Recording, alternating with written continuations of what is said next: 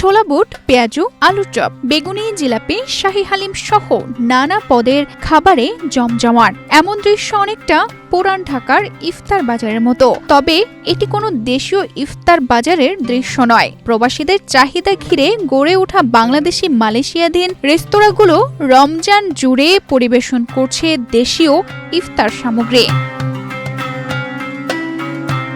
পরিবার থেকে দূরে থেকেও ইফতারের আনন্দ ভাগাভাগি করছেন মালয়েশিয়ার প্রবাসী বাংলাদেশিরা।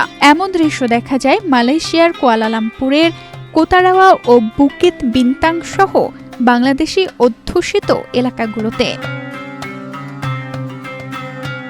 বৈধ অবৈধ মিলিয়ে কয়েক লাখ বাংলাদেশি বসবাস করছেন মালয়েশিয়ায়।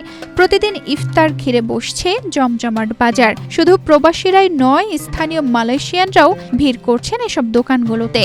ফলে প্রবাসে থেকেও দেশীয় স্বাদ ও ঐতিহ্য আনন্দ উপভোগ করছেন বাংলাদেশিরা।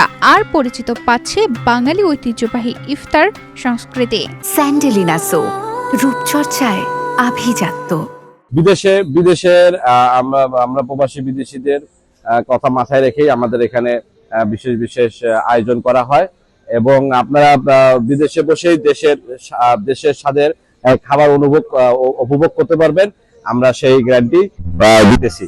আসলে আমরা প্রবাসে আছি, বুঝছেন। প্রবাসে থেকেও আমরা এই যে এখানে বাংলাদেশের যেসব রেস্টুরেন্ট আছে বা আমাদের ভাই বাদরা আছে, দেশি ভাই, আমরা একজনকে দেখলে মনে হয় যে আমরা একজন ভাই এবং কি ফ্যামিলির সদস্যকে দেখছি, এরকম আন্তরিকতা দেখায়।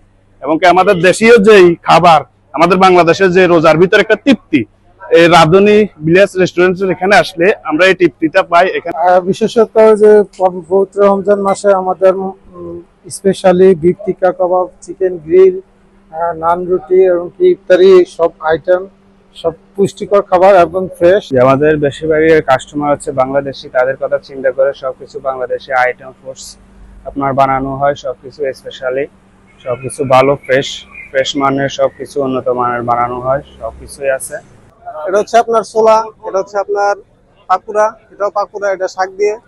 এটা হচ্ছে আপনার ফুলকলি, ডিম চপ, এটা হচ্ছে আপনার ধনিয়া পাতা ভাজা, এটা পেঁয়াজু, এটা হচ্ছে আপনার আলুর চপ, বেগুনি, জালি কাবাব। তানজিদা রহমান, ইনায়া, বাংলাদেশ প্রতিদিন।